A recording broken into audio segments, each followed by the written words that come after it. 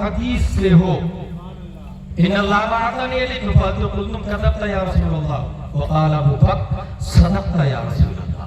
یہ تو کمال ہے. الحمدللہ ہمارے پاس بخاری شریف ہے, مسلم شریف ہے, اس وجہ سے ہمیں کسی کی رعایت نہیں کرنی ہے. یہ بات ہو گئی, جانچ کرنا جائز نہیں.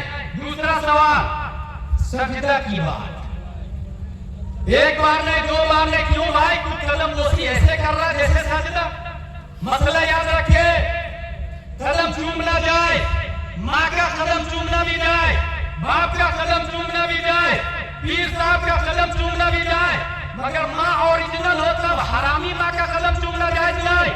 باپ اوریجنل ہو تب حرامی باپ کا قدم چومنا جائز نہیں, کیونکہ جو اولاد ولد الزنا ہو نسل ثابت بھی نہیں, اس لیے حرمت بھی باقی نہیں رہے گی, عزت بھی باقی نہیں رہے گی. ایسے ہی باپ اوریجنل ہو, ماں اوریجنل ہو, سر کے تاج ہے, قدم چومنا, ہاتھ چومنا جائے. ایسے ہی پیر صاحب بھی اوریجنل ہونا چاہیے.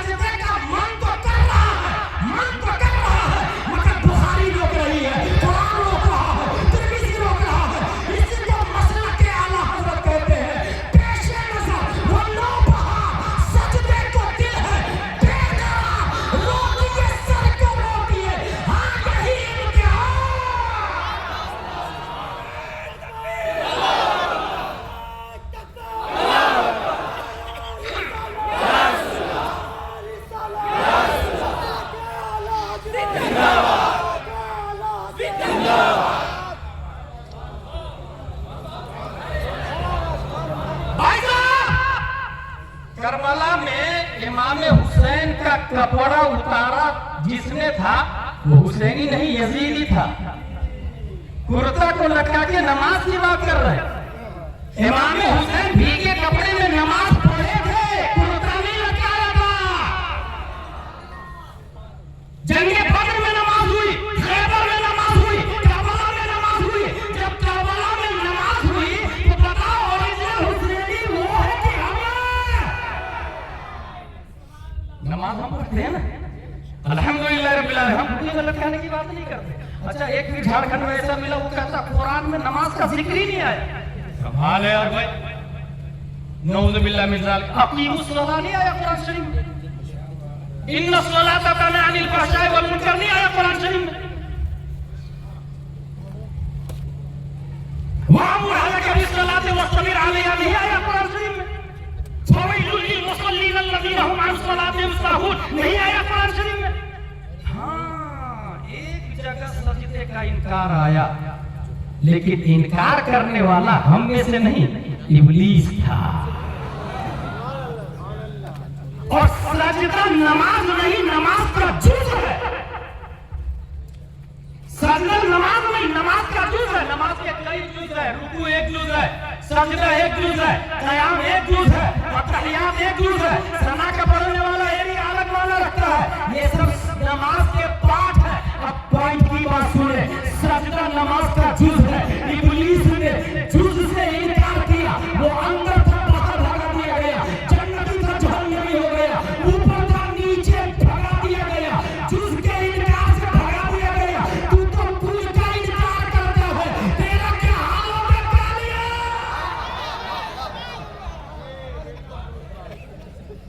ابھی وہ جز کا انکار کیا تو بھگا دیا گیا, تو پوری نمازی کا انکار کر رہا, وہ بھی ٹوٹی میں پڑا رہا. اور سنو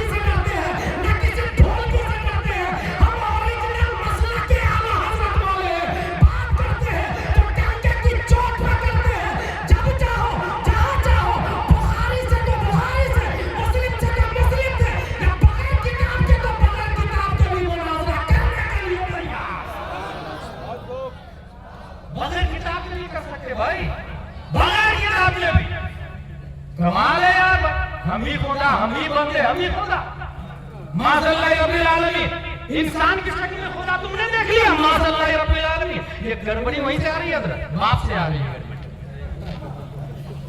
ایسی بات ہے، جس ڈبے کا انجن تھانہ بھون جا رہا ہو، پیسنجر بریلی تھوڑی پہنچیں گے۔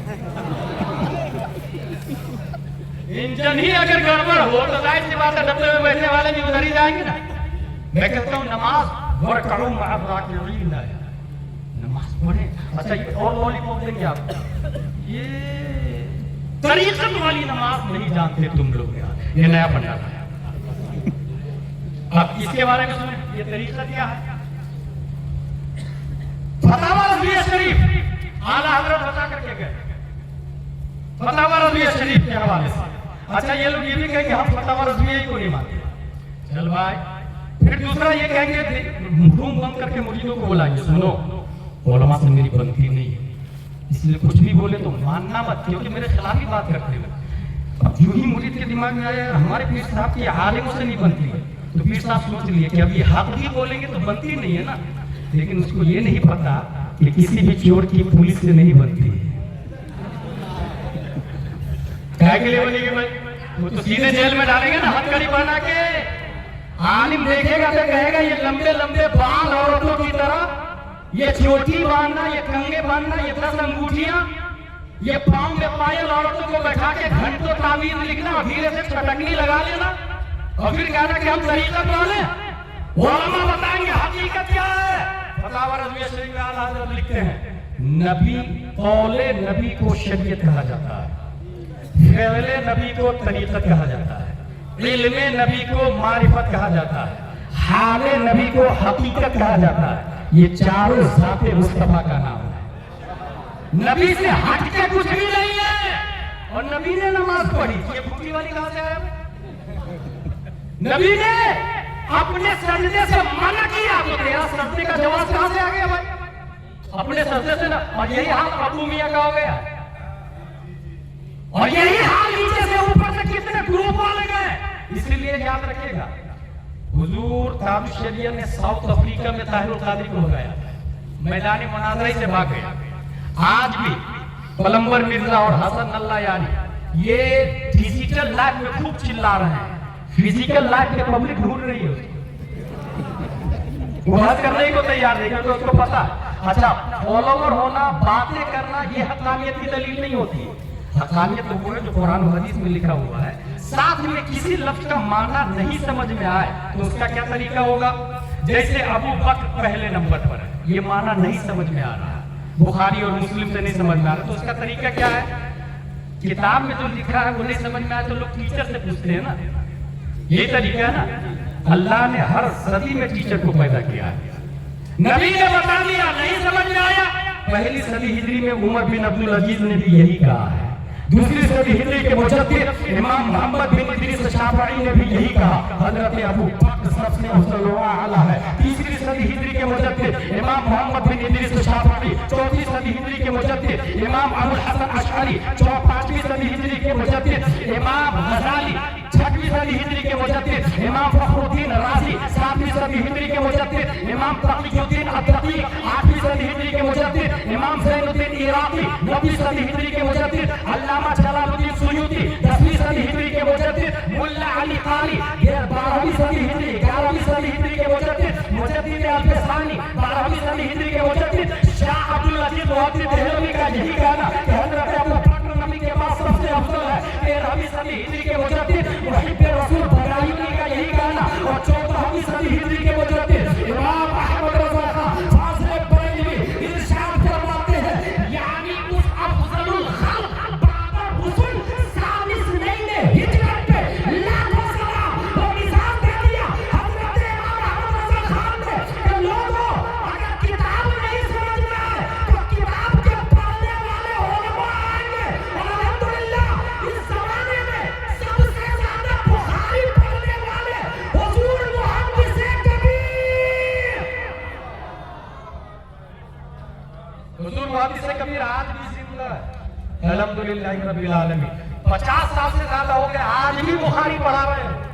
انہوں نے بتایا کہ حضرت علی نے خود ہی بتایا تھا کہ سب سے بڑے علامہ بھی ابو بکر ہے اور سب سے بڑے بہادر بھی ابو بکر ہے. مدینہ العلم والی باب بھائی تو آپ کے بارے میں آیا نا, تو سب سے بڑے علامہ ابو بکر کیسے ہو گئے؟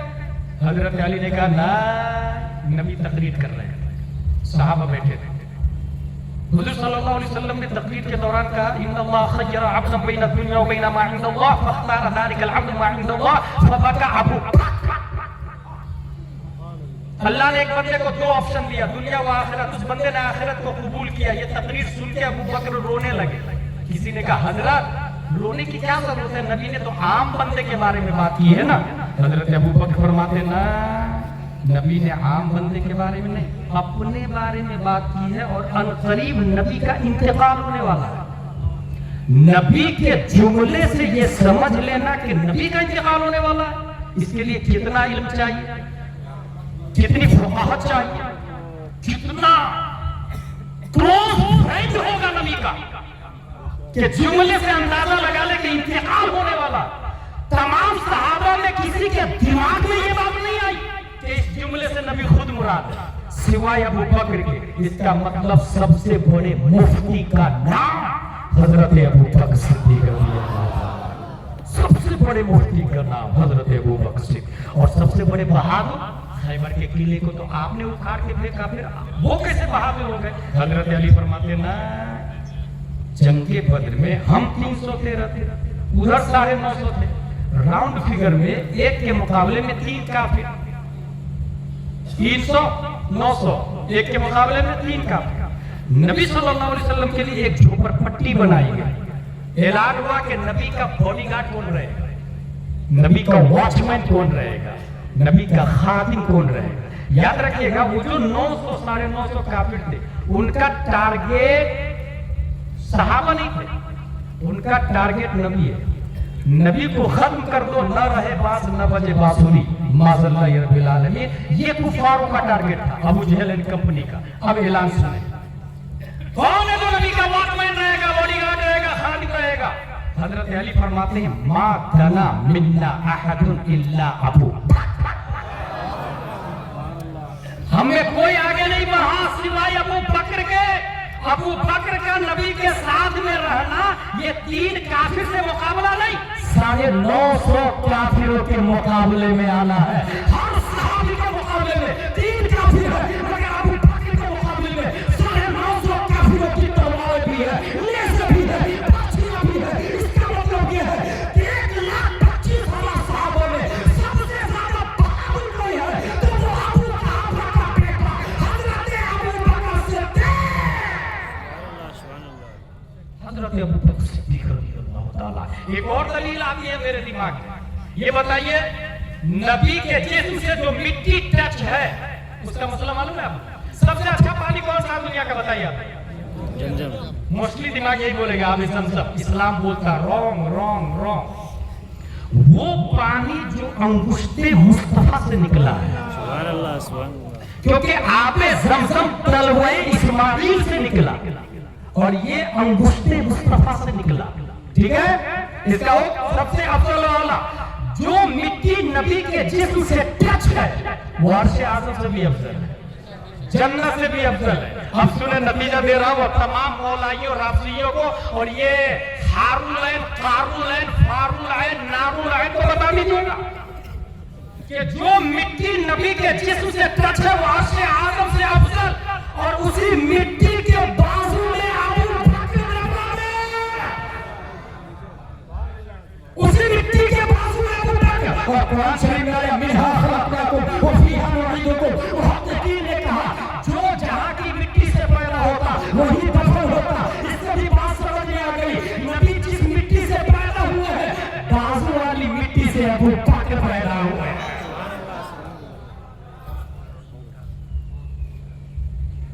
لہذا ڈانس کرنا, ڈھول بجانا, صدقہ کرنا ناجائز. اب ایک سوال ہے, مصنوعی کربلا میں فاتحہ کرنا جائز کی ناجائز؟ Good good good, very good. میرے بھائی یہ بتائیے آپ لوگ, یہ کربلا کس میں ہے؟ یقیناً کربلا ایک جگہ ہے